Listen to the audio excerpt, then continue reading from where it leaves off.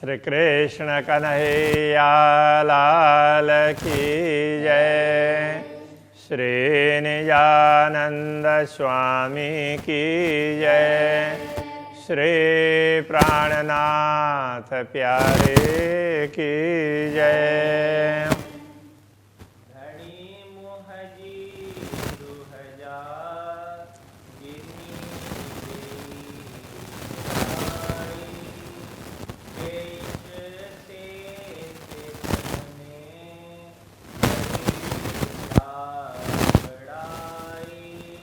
बड़ी जार बढ़ाई। श्री कृष्ण कन्हैया लाल की। मुंह मूंगी आँख देखा रही। मुंह मूंगी, हाँ, मुंह मंगी आँख देखा रही। मैंने मांगा, मुंह का अर्थ मैंने मांगा, आँख देख रही तो आपने दिखाया। मतलब हमने दुनिया मांगी दुनिया को देखने के लिए और आपने दुनिया दिखा दी। करिया गाल कई, अब कई गाल करिया, इस तरह से। हाँ, कि अब क्या बात करें। तो कई का अर्थ कौन सी अथवा कैसी। अब क्या बात करें, कैसी बात करें। अब हमने मांगा और आपने दिखाया। अब आपको हम कुछ भी बोल नहीं सकते। तो खिलावत का मतलब में भी ऐसा ही है ना। अब हम कुछ बोलेंगे तो आप कहेंगे कि तुमने ही तो मांगा था, तो हम आपसे प्रार्थना भी नहीं कर सकते। हाणे चोराइए त चुआ थी। हाणे तो अब अर्थ में होता है, चुराइए त चुआ थी। अब तो हमारी ऐसी स्थिति है, हाणे का अर्थ अब होता है, तो कहने का तात्पर्य अब हमारी ऐसी स्थिति है, चोराइए त चुआ थी। चोराइए का तात्पर्य आप बुलाएंगे, कुछ न कुछ आप बोलने के लिए प्रेरणा देंगे, तो चुआ थी, तो हम बोल सकते हैं। आप बुलाएंगे तो हम बोल पाएंगे, नहीं तो हम में तो स्वयं में कोई भी सामर्थ्य नहीं है। गाल गरी थी पेई। गरी थी का तात्पर्य ऐसे रखना पड़ेगा। गाल का अर्थ बात होता है। गाल पंजाबी में गल बोलते हैं, और सिंधी में गाल। गाल बात। गरी थी पेई। गरी का मतलब भारे, वजनदार। गरी थी पेई मतलब हो गई। ऐसे मतलब कहने का तात्पर्य ये है, हमने जो मांग की तो हमारी बात हम पर ही भारी पड़ गई। गाल बात, गरी थी पेई भारी पड़ गई, इस अर्थ में बहुत भारी हो गई। तो हमने मांगा और आपने दे दिया, तो अब तो मुश्किल हो गया है। मांगना ही मुश्किल हो गया। तो इस प्रकार से तरसाइए तो तरसण मोह के। मोह के, ये मुझे इस अर्थ में होगा। मोह के मुझे। तरसाइए तो तरसण। यदि तरसाइए का मतलब तरसाते हैं आप, तरसाना प्यासे बनाना। आपके दर्शन के लिए प्यासी है, आपकी बात सुनने के लिए आप तरसाते हैं। तो मोह के तर्षण, मुझे प्यास लगती है। ये दर्शनों की, हाँ, ये उसमें इस हिसाब से ये था। तरसाना, तो हम तरस रहे हैं का तात्पर्य राह देख रहे हैं। आप दिखाते हैं तो देख रहे हैं, बाकी तो हमें तो पता ही नहीं चले। मुंह मंझा की न सर्यो, मुंह मंझा, मंझा तो में अर्थ होता है, जैसे समुद्र में, तो दरिया मंझा बोलेंगे तो समुद्र में ऐसा होगा, उस तरह से लगता है। मंझा में अर्थ में, मुंह मंझा मतलब मुझ में की न सर्यो, तो मुझसे तो, मुझ में तो कुछ भी है नहीं, मुझसे तो कुछ होने वाला नहीं है, कहने का तात्पर्य है। मुंह मंझा की न सर्यो, तो मुझसे तो स्वयं से कुछ भी नहीं होने वाला है। व्याकुलता भी आप से, प्यास भी आप ही दिलाएंगे, दर्शन की तरस भी आप ही वो करवाएंगे, तो हमारे अंदर तरस आ जाएगी। नहीं तो मुझसे तो कुछ होने वाला ही नहीं है। इतने शिथिल हो गए हैं इस तरह, इस प्रकार से। सब गालियों आंजे हाथ में, सब गालियों का मतलब सब बातें, सारी बात तो आंजे हाथ में, आपके हाथ में, हाथ में। सब गालियों आंजे हाथ में, सब बातें आपके हाथ में हैं, सब कुछ आपके हाथ में, कहने का तात्पर्य है।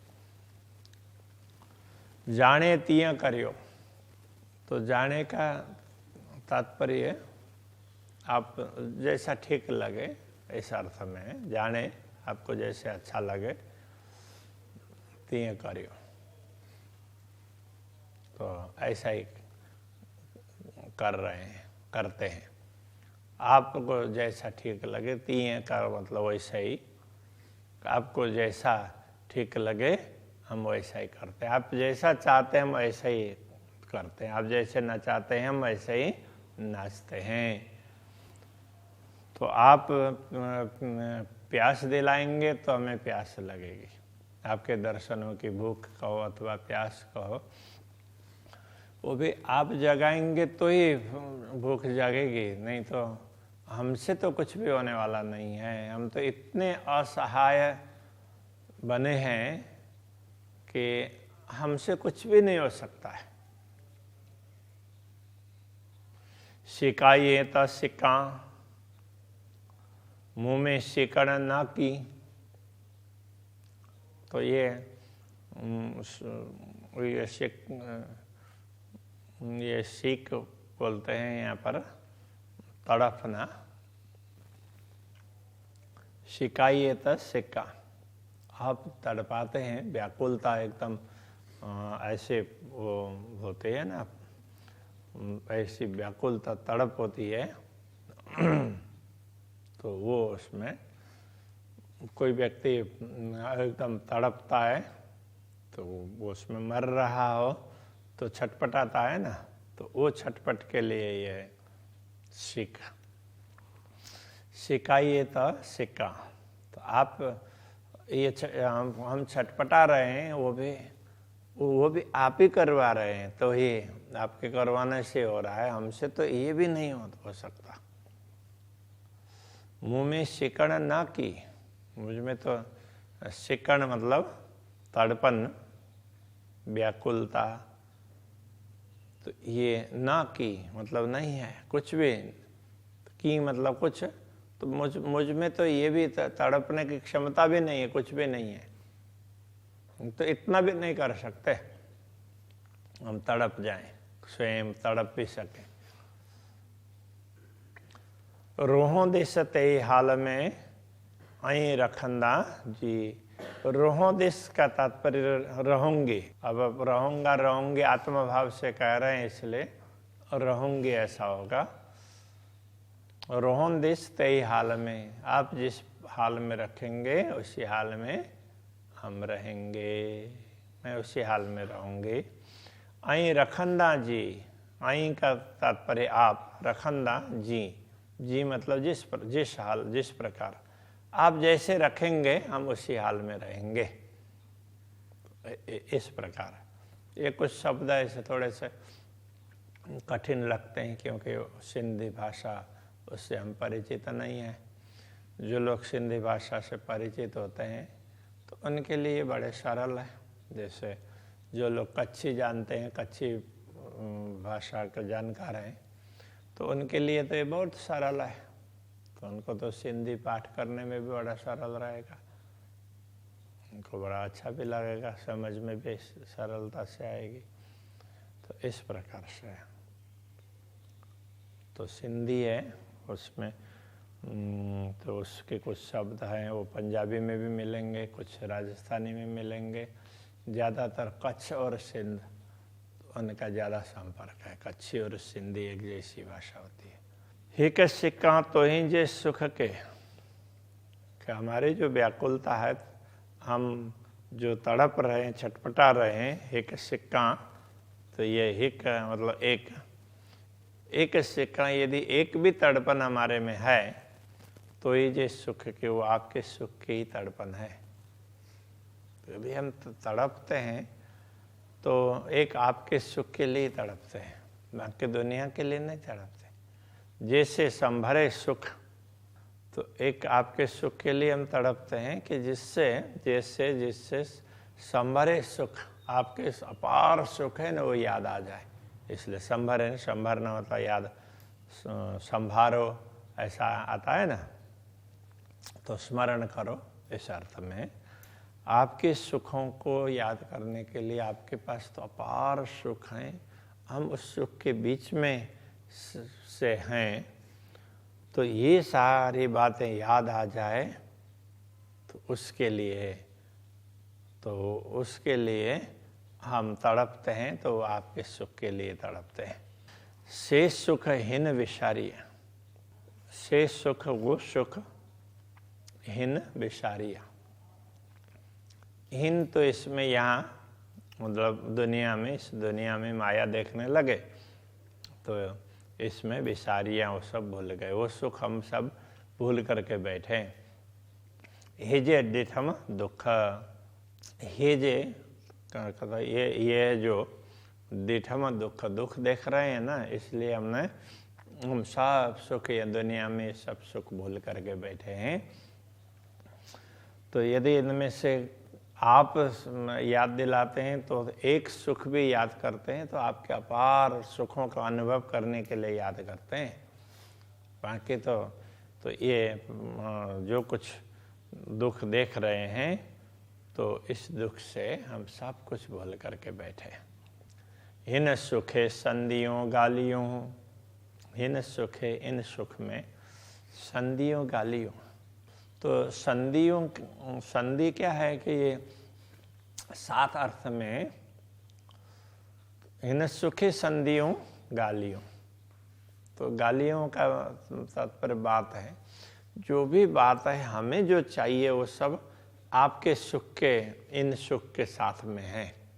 सुखे संधियों को सुख के साथ में गालियों, तो वचन, आप जो भी बात है वो आपके उसमें है। तो वो अब आगे कहते हैं आइन अलेखे। आइन का तात्पर्य है अलेखे, बहुत। तो आपकी सुख की बातें हैं वो तो अपार है, तो आपके पास जो सुख है उनका कोई पारावार ही नहीं है। तो ये इस हिसाब से कह रहे हैं। येड़ो मुँह सूजो थियो, ये न अचेते, हियड़ो मुँह सूजो थियो, मुँह हियड़ो मतलब हमारा हृदय, हियड़ो हृदय, हमारा हृदय सूजो थियो, शून्य हुआ। हमारा हृदय तो शून्य बना हुआ है, इसमें कुछ भी नहीं है, तो उसमें प्रेम नाम की कोई वस्तु ही नहीं है।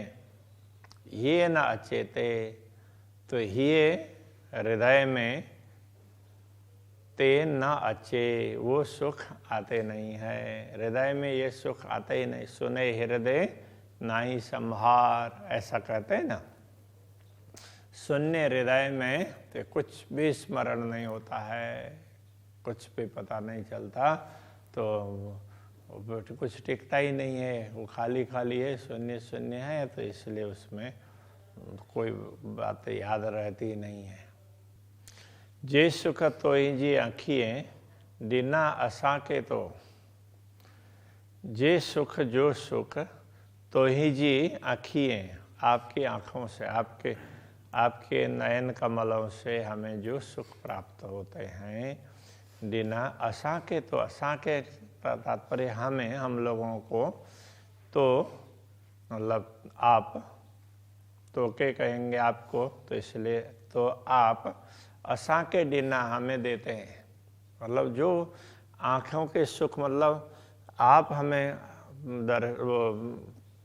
अपने दर्शन करवाएंगे तो आपकी कृपा दृष्टि हम पर पड़ती है, तो वो दृष्टि के सुख, दृष्टिपात करने का जो सुख आप हमें प्रदान करते हैं, आप दृष्टिपात करके हमें जो सुख प्रदान करते हैं, तो वो से सुख करने मुँह सुहा, तो से सुख, वो सुख मुँह करने सुहा, तो मेरे कानों ने सुन तो लिया, तो आपने जो बोला, बोला तो वो भी सुना, और इतना ऐसे सुख हैं ऐसा करके हमें बताया, तो सतगुरु ने, तो वो भी हमने कानों से तो सुना।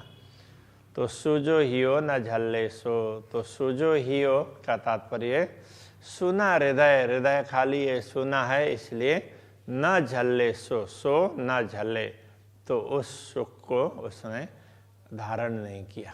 झलना मतलब झलना, मतलब वो धारण करना, तो उस सुख को उसने धारण नहीं किया। सुना, कानों से सुना, किंतु धारण करना चाहिए ना, तो हृदय में धारण नहीं कर पाए। अभी यहीं रखते हैं। श्री कृष्ण कन्हैया लाल की जय।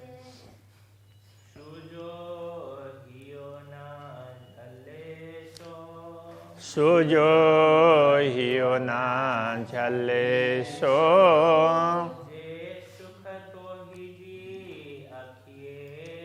जे सुख तो ही जी आँखिएं,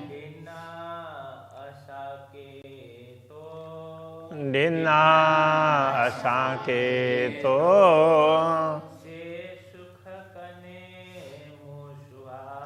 से सुख कन्ने मुसुआ,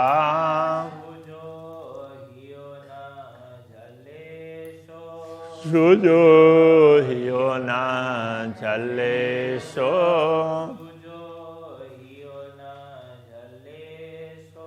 सुजो हियो ना झले सो।